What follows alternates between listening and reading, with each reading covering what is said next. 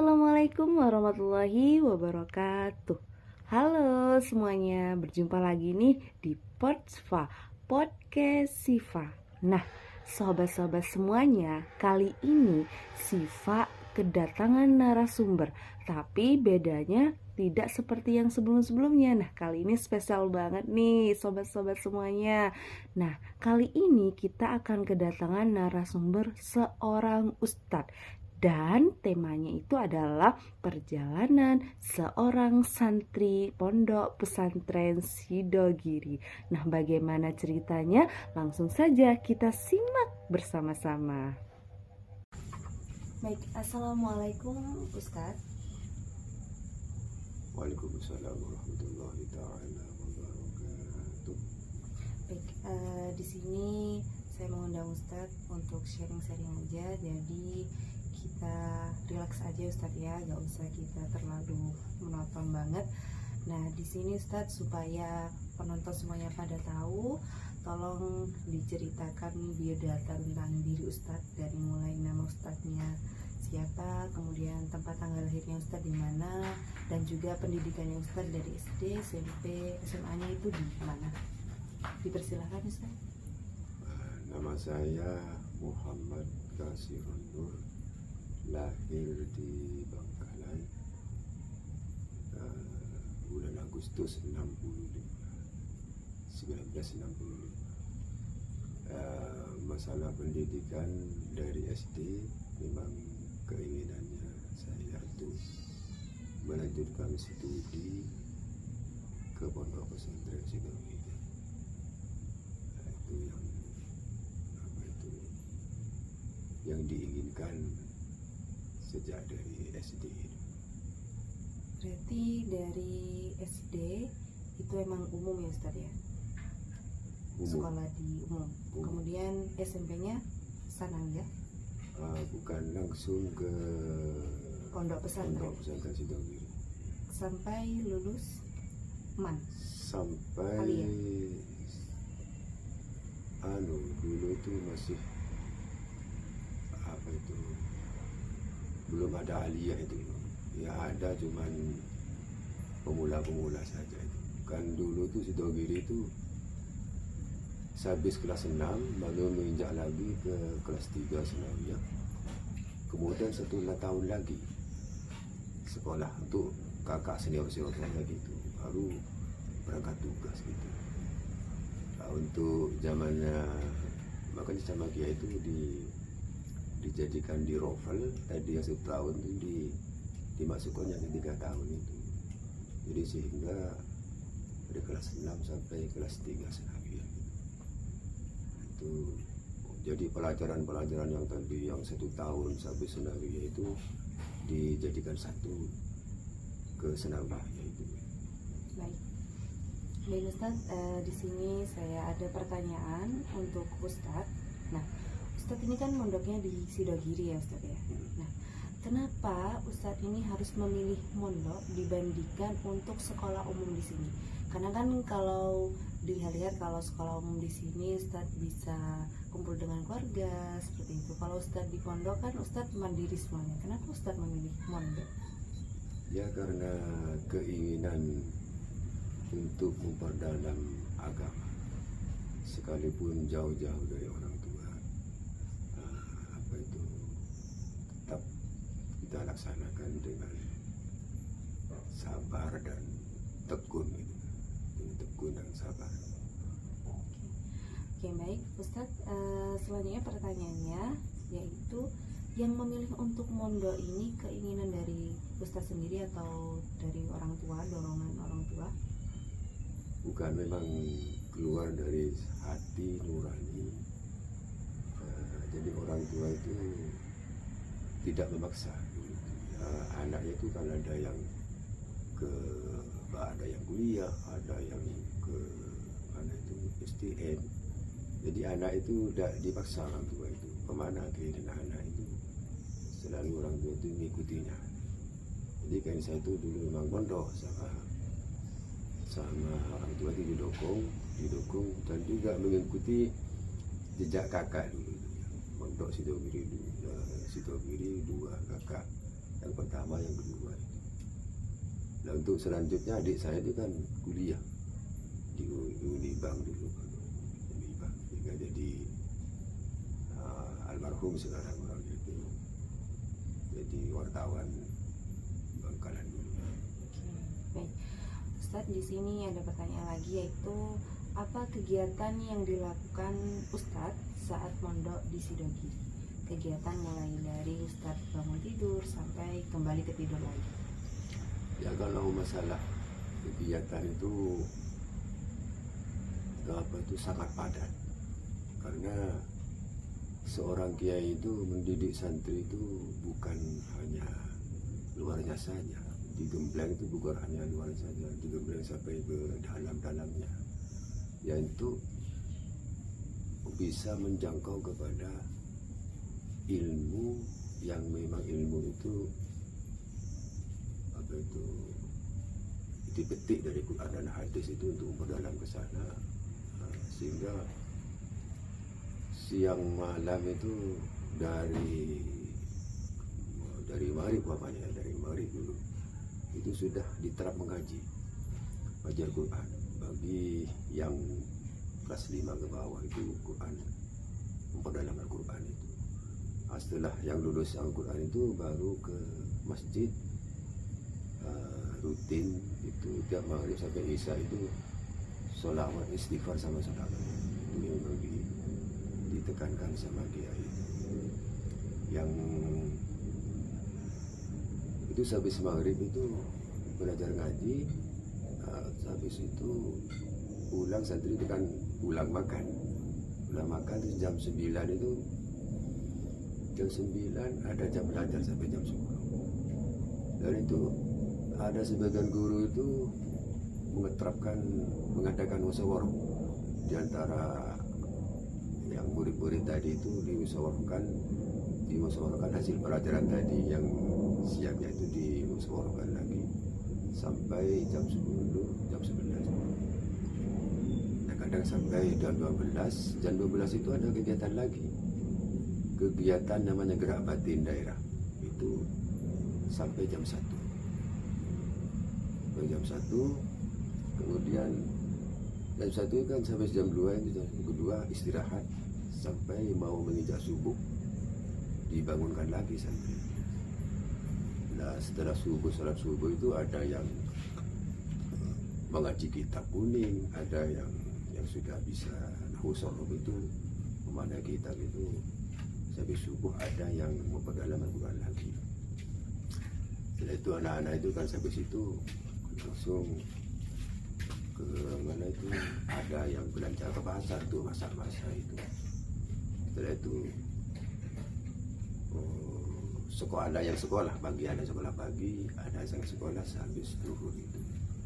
Jadi untuk yang senawiyah sehabis zuhur, yang di bidah itu paginya itu kegiatan itu sampai kalau yang siang, masuk siang, tidurnya istirahatnya kan paginya. Kalau yang pagi masuknya itu istirahatnya itu habis jam 2 itu sampai bekerja asar itu jam 4:30 itu sudah disuruh ke masjid semua santri itu untuk mengadakan kegiatan ngaji secara pribadi atau pergi ke pesarian itu untuk ngaji ke pesarian. Kita ke kuburnya pesarinya kiai oleh Sidogi ini. Ya sudah gitu anunya. Jadi selama istirahat itu kurang lebih berapa jam sih Ustaz kalau mondok? Apa full kegiatan terus? Enggak, itu kalau yang istirahat itu kan seperti tadi malam itu jam 2 sampai mau subuh istirahatnya itu. Kalau siangnya kan untuk yang masuk habis zuhur, tidurnya kan istirahatnya jam 10 itu, kadang jam 11. Kalau di pondok itu 1 jam saya sudah merasa puas tidur itu. Pokoknya bisa tidur, jangan 1 jam, setengah jam saya sudah merasa kalau di pondok. Lain di rumah-rumah itu kurang tidur. Baik Ustaz, Ustadz, di sini ada pertanyaan lagi selanjutnya. Apa kesulitan yang dialami saat mondok di Sidogiri? Kesulitannya itu ya satu, waktu menghadapi ujian terakhir. Mengadakan ujian terakhir itu sampai Kiai Fuad yang jadi guru saya sekarang jadi pengasuh sebagai itu Kiai Dimas Fuad, Kiai Nur Hasan itu dulu waktu jadi guru kelas saya itu, beliau itu waktu pulang mulut itu pulang santri itu, beliau itu menjalankan setelah pulang dari bulan Maulud itu, sampai beliau itu bilang gini, kan mau menghadapi ujian itu yang setahun tahun lagi mau ujian. Sampai beliau itu bilang gini, jangan kita punya pikiran hati bercabang dua. Maksudnya jangan ingat ke rumah. Ingatlah satu titik, itu pelajaran kita. Sebab yang kamu hadapi ini pelajaran sangat berat menghadapi ujian. Sampai-sampai beliau itu bilang, pelajaran 3 tahun mau ditempuh 1 malam, mana mungkin otak mampu. Sampai beliau itu bilang begitu, kalau tidak betul-betul mendekatkan diri kepada Allah, otak tidak mampu. Otak itu pelajaran 3 tahun mau ditempuh 1 malam, tidak mungkin kalau tanpa mendekatkan diri kepada Allah. Itu sampai dulu pernah putranya Kiai dari Bekasan itu, waktu Ampar dimarahi sama Kiai itu, dimarahi ya waktu gerak batin Pak Nasir itu udah ada hadir dulu, sehingga dimarahi oleh Kiai itu, jangan mengandalkan otak kamu. Tapi bilang gitu, kalau tidak betul-betul mendekatkan diri kepada Allah. Nah itu yang dipetik dari beliau itu, bahwasanya hujan itu sangat berat. Baik Ustadz, manfaat yang didapatkan selama di Pondok Sidogiri itu apa ya Ustadz? Manfaat kita itu bisa mengerti, mengerti maksudnya itu memahami, maksudnya mengerti. Kan penggalian tuh, pondok itu penggaliannya itu dari bawah, dari sorok, dari nahu gitu. Digodok oleh kiai itu, santrinya itu untuk bisa menjangkau kepada kitab kuning, kitab gundul katanya. Jadi mulai dari fa'ala ya bulu fa'lan sampai itu kan soroknya, atau seperti koma zaidun itu nahunya, marartu bi zaidin, umpamanya itu kan. Jadi fi'il, maf'ul, huruf jarnya itu harus jelas itu. Nah, itu tanpa nahwu sarf kan nggak bisa. Itu yang dipetik sehingga ngerti betul masalah isi Al-Quran itu atau hadis. Dengan nahwu sarf itu bisa mengkaji kepada kitab-kitab yang kuning, kitab gundul itu. Dan lagi hikmahnya paling besar itu akhlak kepada Allah, ibadah pada Allah yang tepat, akhlak sesama manusia. Namanya hablum minallah hablum minannas. Kita harus seimbang itu, hubungan kepada Allah harus baik, hubungan sama manusia, sesama manusia harus baik. Ya hablum minallah wa hablum minannas. Jadi ibadah yang tepat, sholat yang tepat bagaimana, puasa yang tepat bagaimana. Nah itu sehingga tahu betul mana yang membatalkan sholat, yang mana yang membatalkan puasa, mana itu yang haram, yang mana itu dosa besar, mana itu dosa kecil. Itu bisa dimengerti.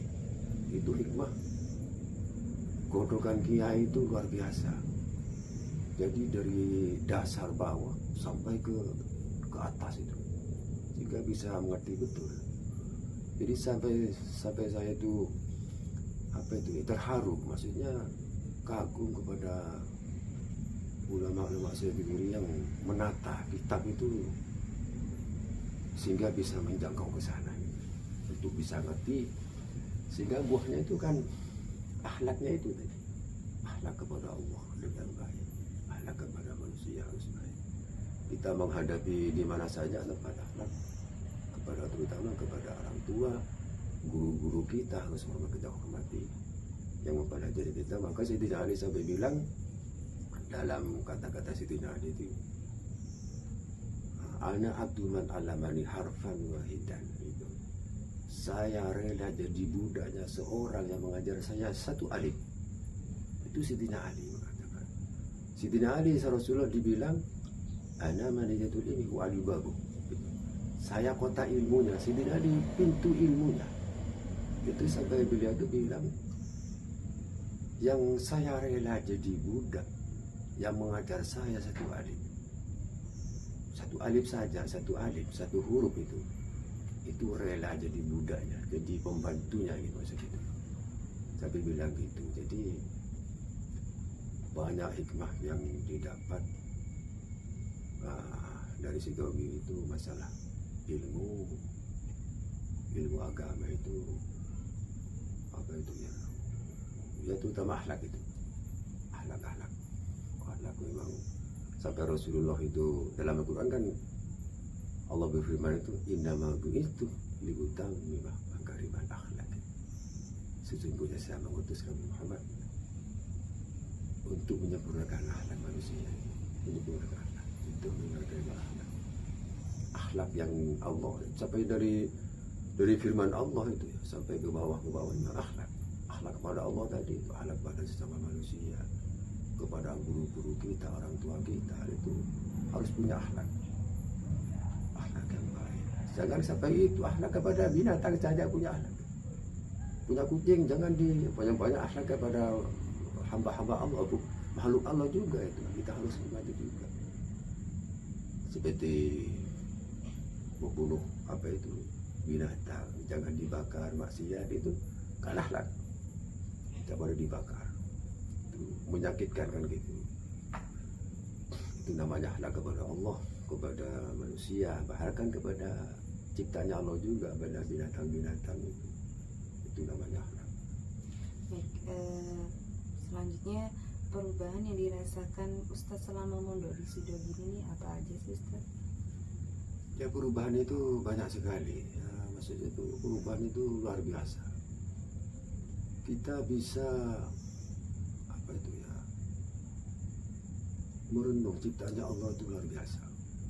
Dari Nabi Adam dulu, sebelum Allah menciptakan Nabi Adam diturunkan di dunia, itu luar biasa katanya.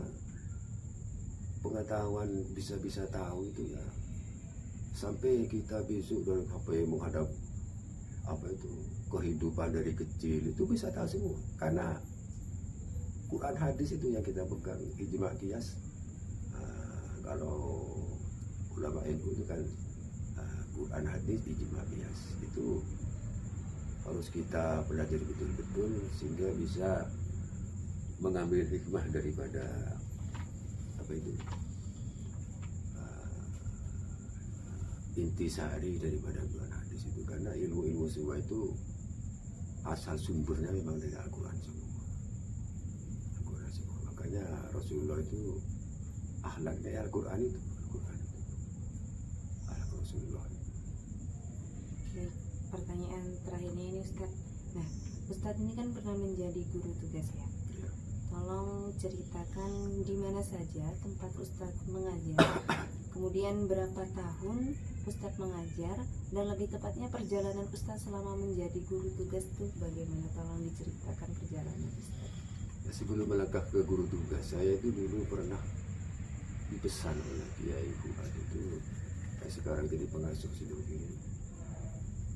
Beliau itu menegaskan gini, kalau punya murid kamu jangan pukul gitu.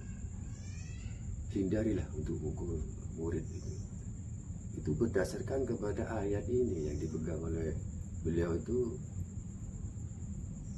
Apa itu ayatnya itu kan, bahkan baridul qalbi lafaddu min hawlik, seandainya kamu Muhammad hatinya keras itu, faddu min hawlik, misalnya orang-orang kafir itu berpaling daripada kamu, fa'fu anhum, terus ayatnya kan fa'fu, ampunilah mereka dikala mereka punya bersalah, wastaghfir lahu, dan mintakan ampun mereka itu.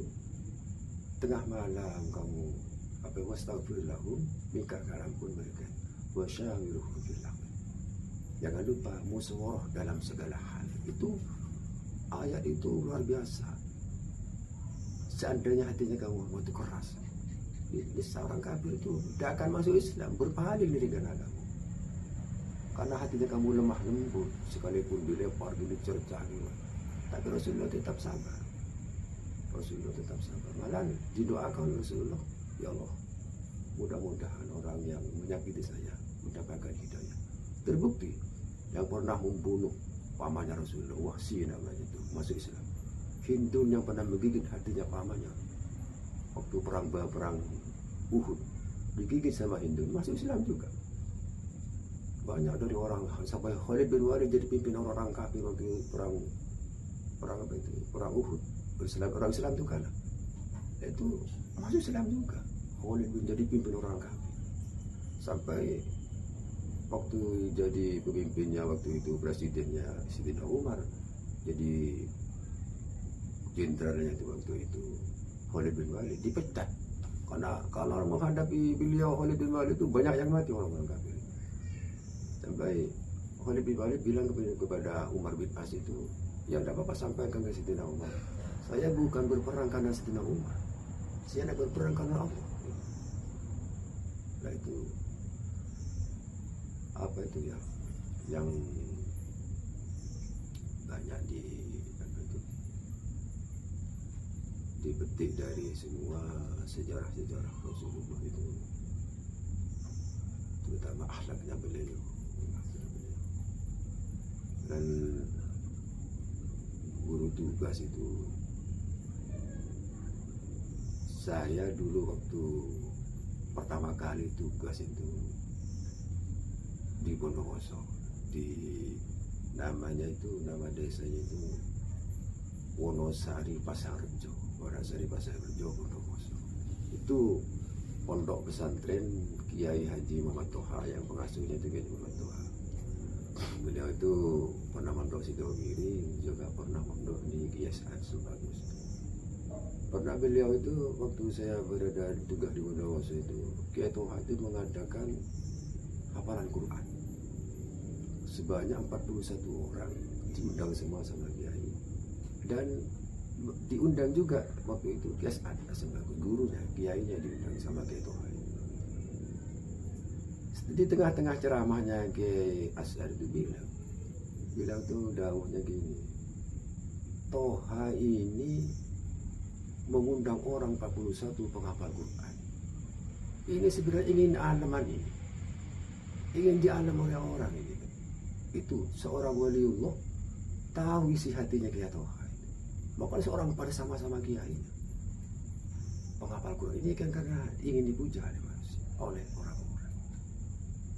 Nah itu apa itu tujuan KSR kan bilang gitu itu agar tidak punya rasa apa itu ya, namanya itu sombong dalam hati, maksudnya itu yang sangat berbahaya, itu sombong di dalam hati. Makanya Rasulullah sangat mengkhawatirkan kepada umatnya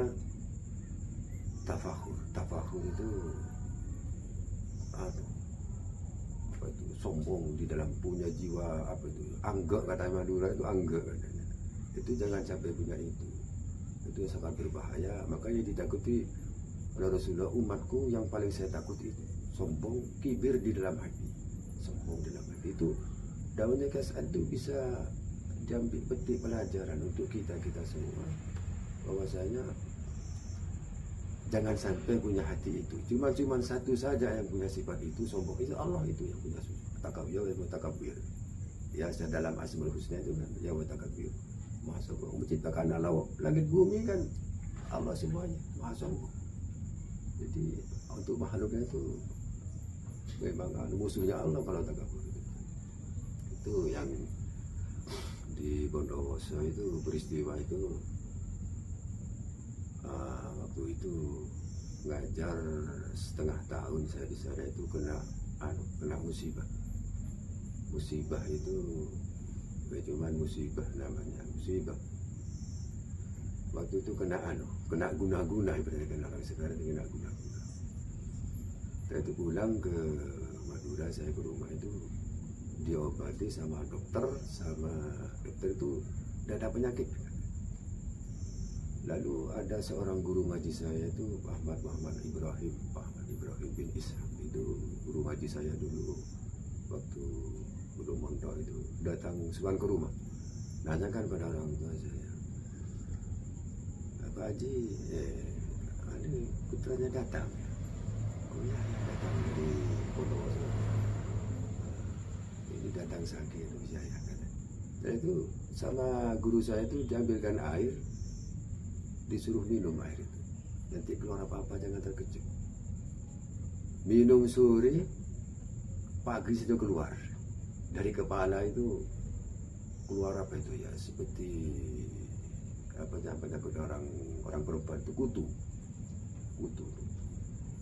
Lalu adik saya itu, asal bapak saya itu kan bilangnya kemarin kalau ada keluar apa-apa jangan terkejut. Nah, itu diambilkan koran sama adik saya itu sama seret itu. Suruh obuh, masya Allah yang namanya kutu. Waduh, sampai terkejut semua. Ya Allah, ini yang dibilang jangan sampai terkejut. Nah, selama-lama setelah itu saya itu sukan ke kiai lagi, ke guru saya Sidogiri itu kayak Fuad. Saya pernah dikasih amal-amalan sama beliau itu, sampai saya terlontar tidak terasa yang dikasih sampai nama-nama itu kurang mandi. Itu saya kata-kata itu saya mengatakan pada Kiai Fuad itu saya tidak sengaja itu loh, keluar sendiri itu. Itu beliau itu tidak marah dibilang itu, tidak marah. Cuma beliau itu menyarankan, sekalipun orang punya amalan seperti tamim baja, kalau Allah izinkan masuk. Al-Quran kan sudah jelas. Surat Baqarah itu sudah jelas. Allah mengizinkan masuk. Terkadang ada orang tidak punya amalan apa-apa, Allah tidak mengizinkan masuk, ya tidak masuk.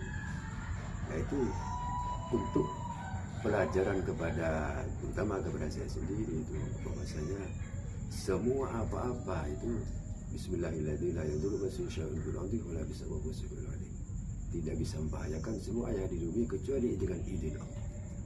Itu semua, sekalipun santetnya bagaimana, tukang tenunnya bagaimana hebatnya, tapi Allah tidak izinkan masuk, tidak masuk. Nah, itu dakwahnya Kiai Fuad itu bisa bisa dipetik untuk kita semua, itu pelajaran untuk kita semua. Bahwasanya itu tetap ada izin Allah. Sedangkan Rasulullah saja punya syafaat itu atas izin Allah juga.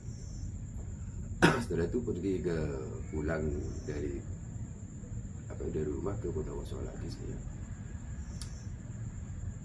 jumpa sama koordinator Kiai Munawir namanya. Kiai Munawir itu yang jadi koordinatornya Bondowoso.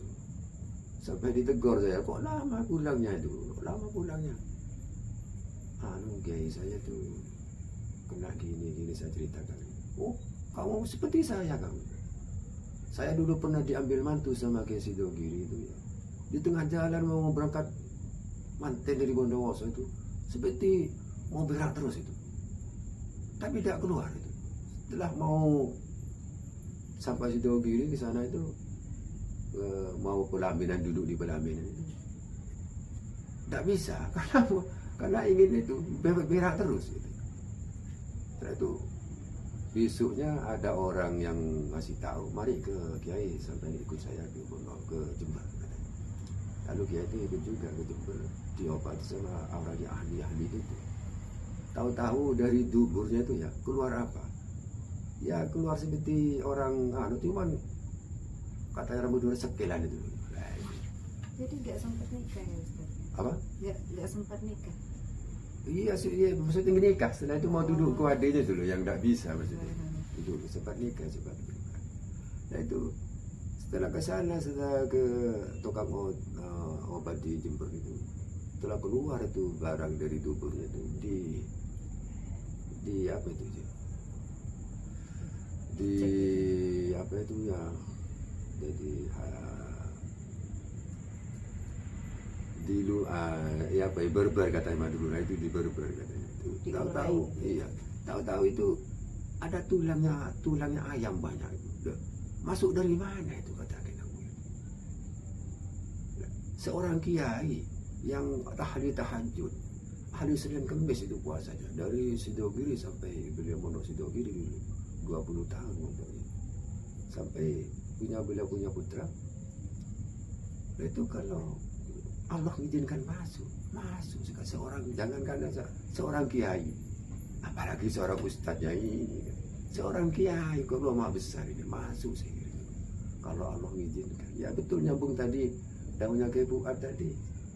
Kalau Allah izinkan masuk, sekalipun orang tidak punya apa-apa, tidak masuk.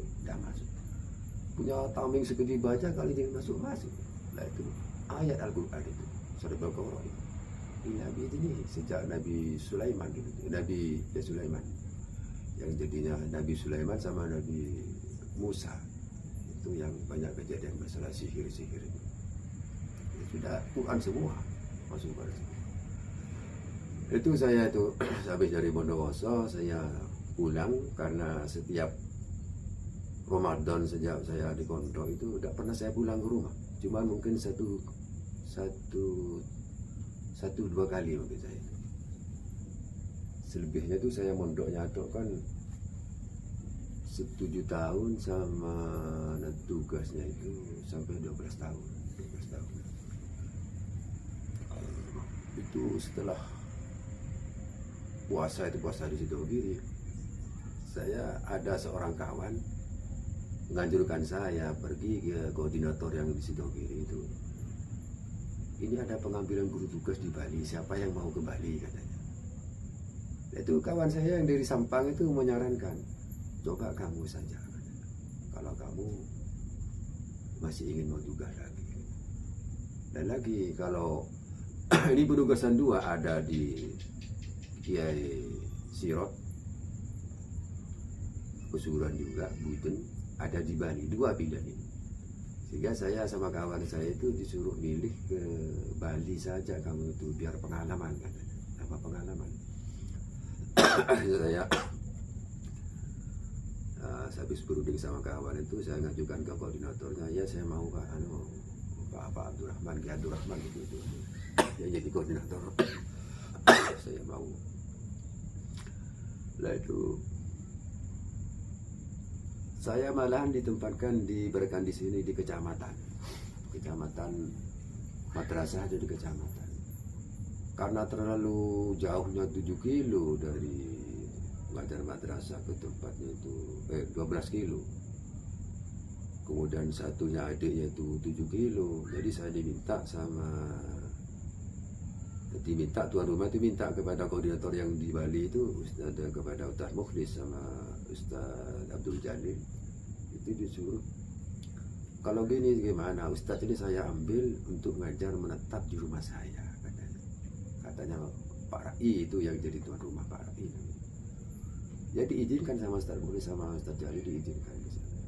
Jadi pengajaran itu saya itu 2 tempat, ngaji alif-alifan. Jadi istilah kitab kuning sudah tidak ada, alif-alifan yang diutamakan di sana itu, karena minimnya anak itu kan harus tahu dulu dasarnya Quran itu harus tahu dulu. Jadi saya tiap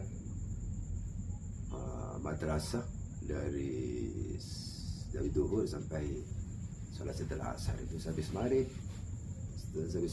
habis subuh itu Al-Quran yang dipelajari. Jadi anaknya itu semua anak-anaknya tuan rumah itu, tetangga-tetangganya itu mengaji juga. Alhamdulillah dengan barokah Sidogiri itu semua bisa ngaji. Malahan ada satu istrinya orang Hindu masuk Islam. Itu namanya Pak Haji Syafi'i, istrinya itu belajar ngaji selama 12 tahun. Tidak ngerti-ngerti ngaji. Sampai saya bilang ke ibunya itu, gimana Bu, sampean tidak malu ya mengajar lagi dari alif? Saya bilang gitu. bersama putranya sampean ini. Udah apa Pak Ustaz, sepenting saya bisa ngaji katanya. Itu saya belajar dari alim itu sampai ke iya itu sampai masak. Habis asar, habis maghrib, habis subuh itu selama 2 bulan. Makanya itu pernah dipelajarin guru depak katanya itu yang ngajarin itu 12 tahun. Nggak ngerti-ngerti. Saya bilang ke ibunya namanya Ibu Kurniati, aja Kurniati namanya. Bagaimana Bu cara ngajarnya guru itu? Ya, pasti langsung Fatihah gitu. Langsung Fatihah. Dan dia ajari alif dulu langsung Fatihah. Ya, saya bilang gini, ya ibaratkan orang masih Bu, ya disuruh lari, masih diimpan itu disuruh lari gitu. Ibaratkan gitu. Kalau ibu gak malu, saya pelajari seperti anak-anak sampean itu pelajari alif. Iya, tidak apa-apa Ustaz, seperti saya ngerti.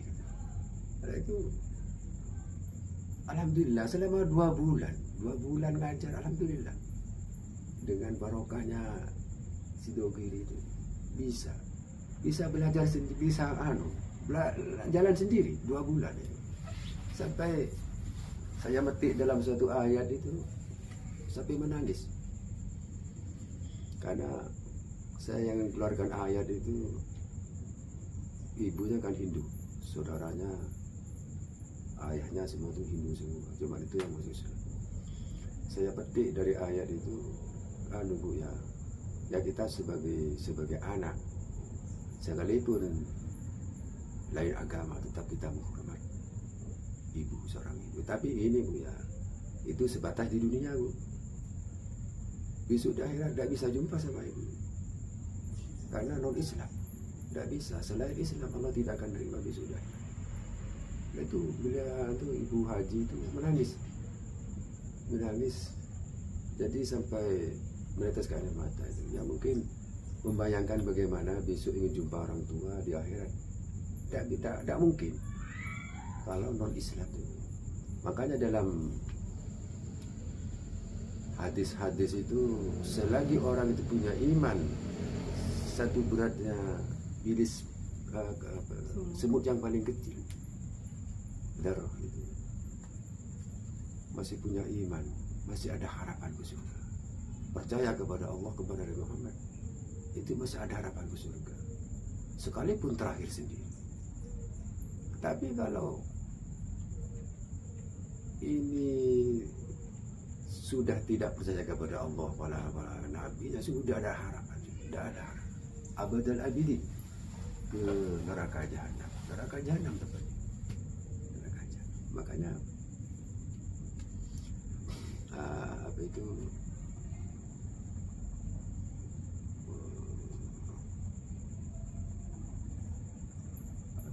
neraka jahanam itu kan bagi orang yang tidak sholat lagi, bukan hanya orang-orang non-Islam, orang-orang yang tidak sholat.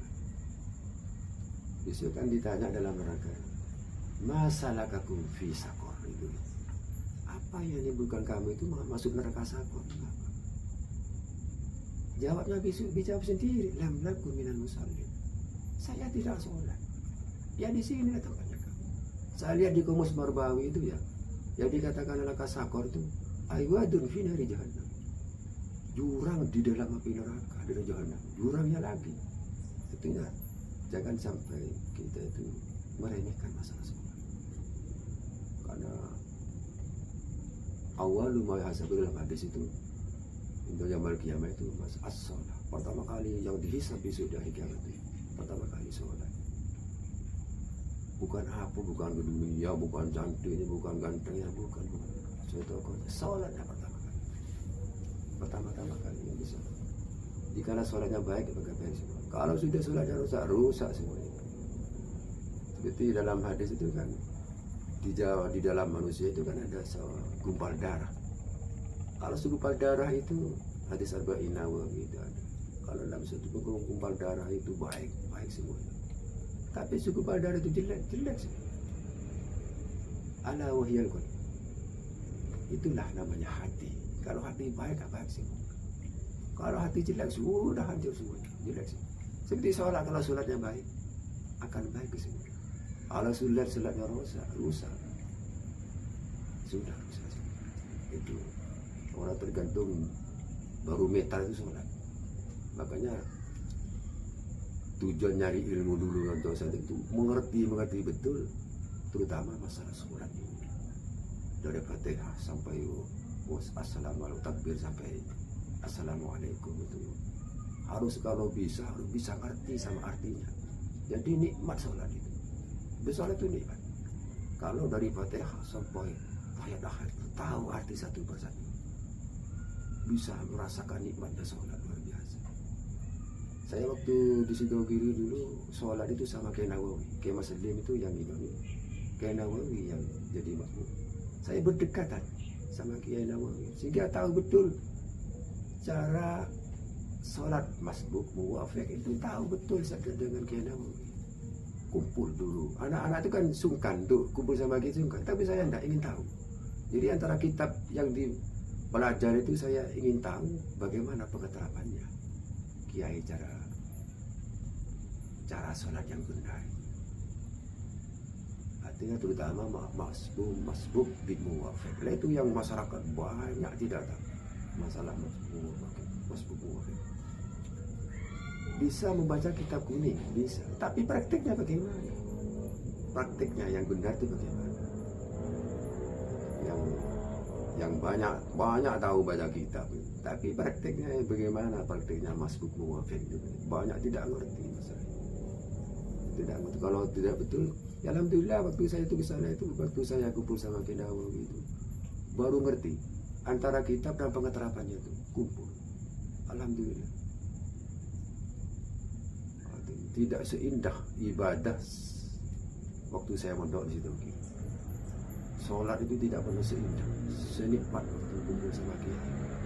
Karena merasakan anunya Kiai itu, ibadahnya itu nyambung pada hati itu nyambung. Nah itu saya di Bunda mencerita masalah pengalaman ini nyambung ke Bali. Di Bali itu sama saya selama 3 tahun. Mulai tahun 8, tugas di Bondowoso kan 87. Kalau di Bali 88, 89, 90. Itu 3 tahun saya ngajar di sana. Sehingga saya membawa kawan dari Sidogiri, Ustaz Rahmat Ali, saya bawa ke Bali untuk bekerja saya. Akhirnya alhamdulillah kena dengan santri saya, murid saya itu, dikawin sama Pak Ahmad itu. Jadi nyambung, sampai sekarang itu nyambung. Alhamdulillah dari Bali itu kadang-kadang setahun sekali mau nyambang itu rumah itu. Masih ingat sampai anak saya itu yang berlayar itu kan sukan ke sana, sampai bilang itu para itu bilang ke anak saya nganggap anak sampai bukan siapa-siapa Pak Ustaz. Saya anggap guru saya, anak saya dianggap guru sama tuan rumah saya di Bali dulu. Karena apa? Dia bilang kenapa Pak Rai gitu, bilang gitu. Ya karena anak saya ngerti ngaji sampean semua. Belajar ngaji ke anak sampean semua. Jadi anaknya sampean saya anggap guru juga sama saya. Itulah watak asli akhlak orang Madura.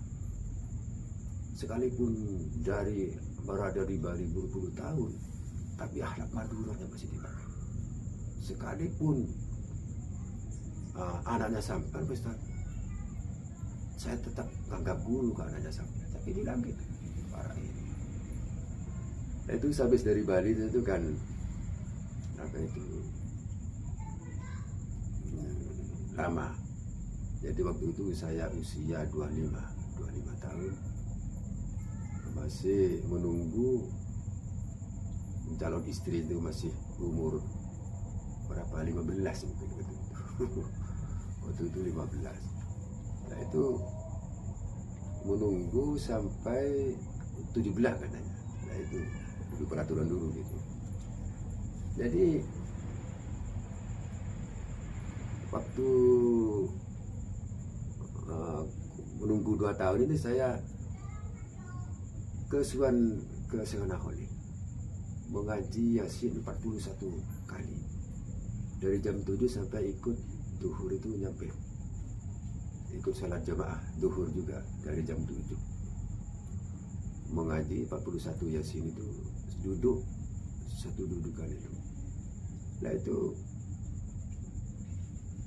besoknya mengajukan ijazah ke Abdullah Sahal itu, kembangan pondok pesantren. Langsung diterima, ijazah itu diterima sama Abdullah Sahal. Sama Abdullah Sahal itu diterima. Nah itu, tapi bilangnya beliau itu begini, yang menugas bukan saya, yang menugas kamu itu Kiai Khalil Agi. Kamu ke sana saja. Hari saya ke Kiai Khalil Agi. Kiai Khalil Agi, setelah ke Khalil Agi, bilangnya beliau itu begini, lah ini guru tugasnya cuma kurang satu, tiket sudah beli, berangkatnya besok. Jadi kawan saya dari 10-1 Ustadz Faruk, yang dari Sumenep 1 Ustadz Busri, yang saya dari Kamal. Jadi lengkap pengambilan guru tugas 3 yang mau dibawa lagi ke Banjarmasin, pondok pesantren Istiqomah Banjarmasin, pondok pesantren Istiqomah Banjarmasin tahun 91-92 saya. Nah itu, waduh, kalau di sana bukan alif-alifan lagi yang dipelajari, tapi kitab besar-besar, kuning-kuning. Kitab besar, bukan alif-alif kebalikan yang di Bali. Di sana itu yang aliyah, sanawiyah, aliyah, dari AIN itu ada. IAIN dari sana tuh mengaji ke saya tuh waktu itu. Waktu itu belajar ke pondok Istiqomah itu. Itu yang paling saya, bukan saya punya, khawatirkan. Cuman satu murid namanya Alfian. Sampai dulu saya ngajar tuh ya, ngajar kitab itu bukan hanya maknai kitab, malah mendengarkan saya waktu maknai kitab, baca kitab itu. Sampai pulang saya itu nanya kepada kamu, Sofyan, ini Alfian ini gimana kok tidak pernah makna kitab? Apa nggak tahu apa gimana? Nah, itu sampai bilangnya gini, maka saya ke belakang hati-hati. Ada Ustaz ini di IAIN, dosen-dosennya dia banyak yang nangis sama ini. Karena kepandaiannya itu, segi nahwiyahnya, segi soroknya itu luar biasa. Sampai dosen itu banyak yang nangis kan. Dipertanyakan. Malah pernah sharing sama saya itu, mau belajar berdua sama saya. Ada kitab itu namanya hadis itu berdua sama saya. Berdua. Dan banyak guru-guru yang di sana itu yang di apa itu ya, yang didekati sama Alfian itu saya. Mungkin ya di mana mungkin pribadinya cocok kepada beliau itu gitu. Sehingga ngaji ya tanya jawab konsultasi. Alhamdulillah bisa diatasi. Malah pernah dia itu mengeluh kepada saya, bagaimana sebab Ustadz ini saya itu mau berhenti, jadi kuliah ini berhenti, saya mau kerja saja karena adik saya itu orang tua saya tidak bisa kerja, jadi siapa yang mau biaya adik saya mau kerja aja katanya. Saya bilang gini, Sofyan, kamu jangan berhenti kuliah, masalah kalian ada waktu lowong kerja ada apa. Kamu kan nanti bisa-bisa kamu diangkat guru atau jadi otaknya cemerlang kamu. Akhirnya gitu saya. Alhamdulillah ngikutin. Tidak sampai berhenti. Itu yang pernah saya alami di Banjarmasin. Tapi kawan saya yang 3 ini tidak sampai 2 tahun, 1 tahun. Yang saya malah sama Kiai Khalil Agi itu saya mau ditugaskan ke mana Pontianak, Sampas betul itu. Tapi saya terbentur dengan anak sama istri itu.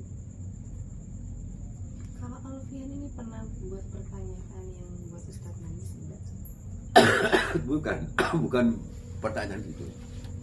Pernah ada suatu yang saya itu melengket pada saya sampai sekarang itu. Waktu itu kan saya gini, belajar mengaji itu tidak melihat di bawahnya saya, cuma melihat di atasnya saja.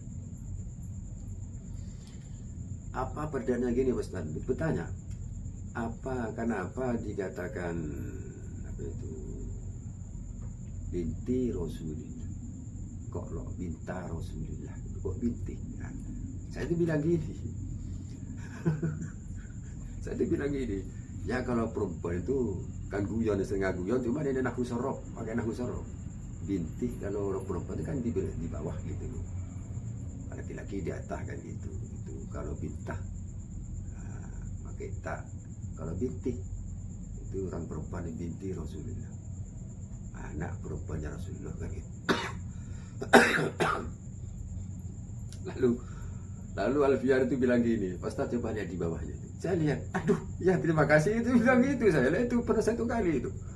Saya kecolongan, maksudnya kecolongan itu tidak melihat di bawahnya itu. Artinya itu maksudnya binti.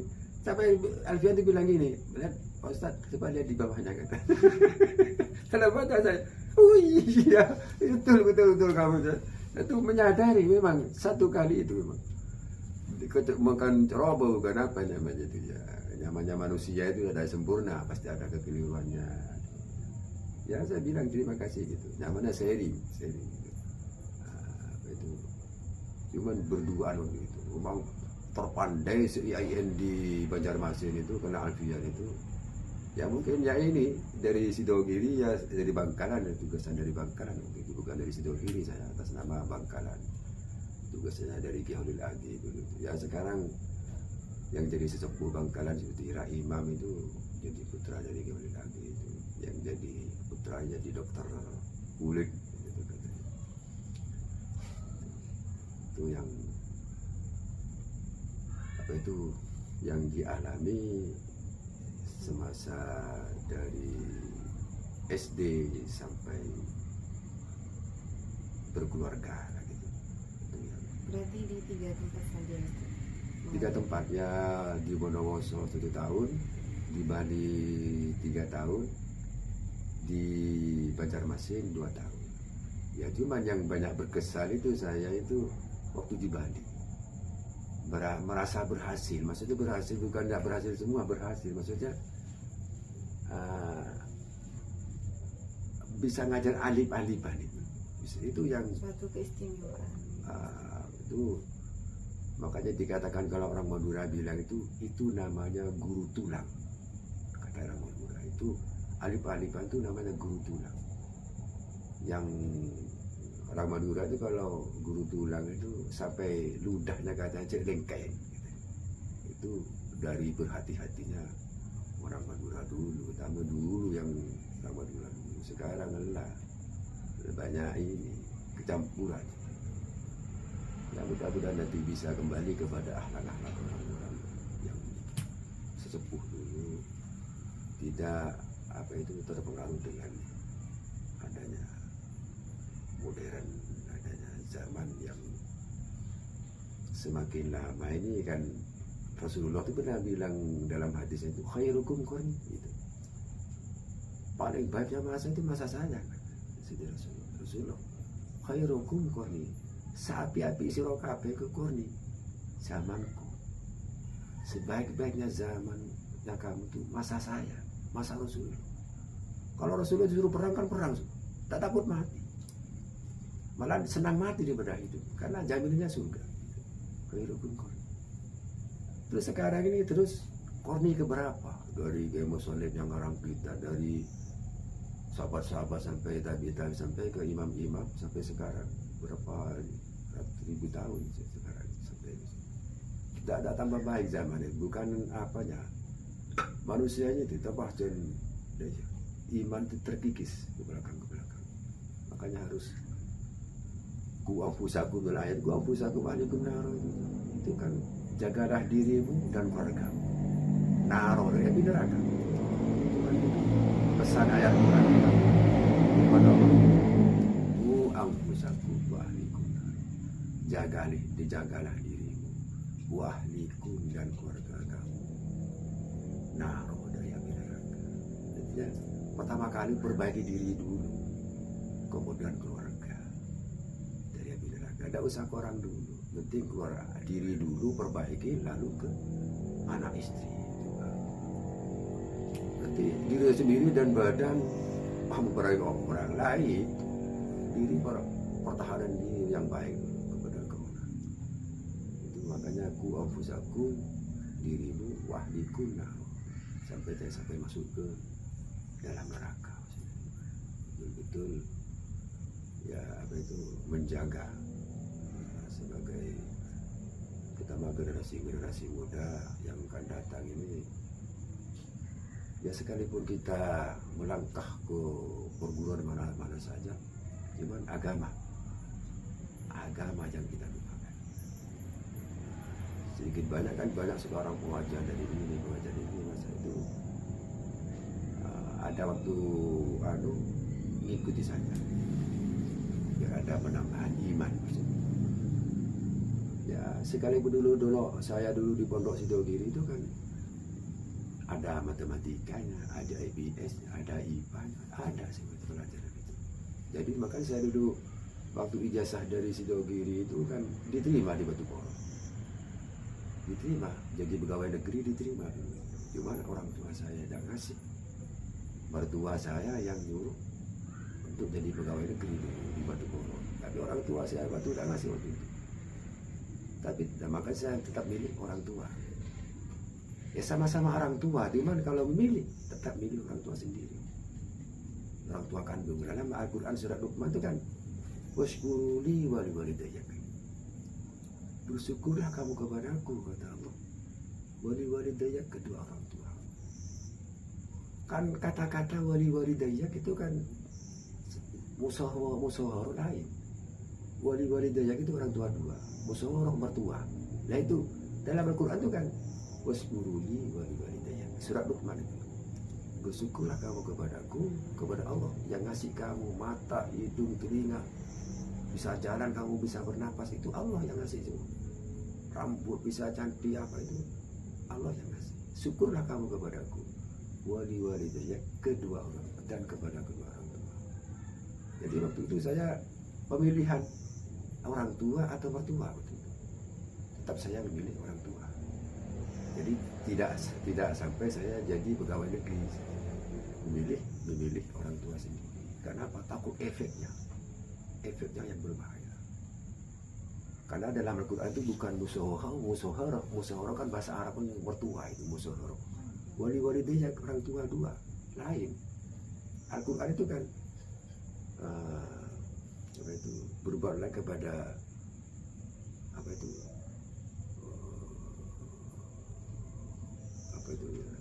waskuruli, bersyukurlah kepadaku, dan wali-walidayya dan kepada orang tua. Nah, itu nyambung antara Allah sama orang tua itu nyambung. Makanya dalam hadis itu kan ridho ridwan walidain, suhtullah fi suhtul walidain. Ridho Allah tergantung kepada ridho kedua orang tuanya. Tapi murka Allah tergantung kepada murka kedua orang tua. Kalau orang tua ada ridho, jangan teruskan. Biasa waktu sekarang, besok lama-lama lain yang berbahaya. Maka saya itu takut efeknya orang tua, maka saya tetap memilih orang tua dari mertua. Bertentangan, seakan-akan dua kubu bertentangan sama-sama orang tua. Tapi orang tua segi musyawar, segi mertua sama orang tua sendiri. Jadi tetap memilih orang tua.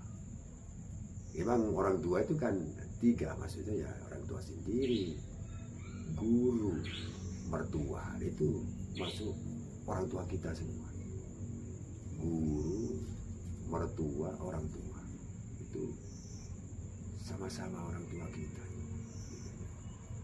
Makanya dalam musyawar itu kan tidak batal, wudhunya itu tidak batal kepada mertua salah, tidak batal. Sekalipun sudah pisah sama istrinya, tetap tidak batal, karena seperti orang tua sih. Itu kalau segi hukum. Jadi apa itu, mudah-mudahan untuk selanjutnya bisa apa itu melanjutkan apa itu ya kuliahnya, lanjutkan yang baik. Cuman pesan saya cuma satu, sholat itu jangan sampai, sekalipun sibuknya bagaimana, sholat jangan lupa. Karena dalam kitab itu bisa dijamak sholat itu, di jamaah takdim, jamaah takhir gitu. Kalau sibuk segi kuliah umpamanya sibuk, dia bisa di jamaah takdim, bisa asar dimajukan, atau duhur dimundurkan ke bukan ke asar. Itu banyak cara yang lebih menggampangkan. Pokoknya kita repot istighol segi sholat itu tetap ada keringanan. Istighol musim hujan paman takut najis tuh gini paman basah, baik di jamaah takdim, jamaah takhir itu jangan bapak sekali-kali sholat ini selagi masih apa itu masih sehat badan dan pikiran, sekalipun tinggal nyawa saja tapi pikiran masih normal, tetap wajib sholat. Sekalipun tidur diwajibkan sholat. Baik, terima kasih banyak Ustadz. Semoga yang disampaikan ini bermanfaat bagi kita semua, terutama bagi anak muda. Mudah-mudahan bisa terinspirasi atau termotivasi dengan perjalanan kisah Ustadz ini. Terima kasih banyak Ustadz.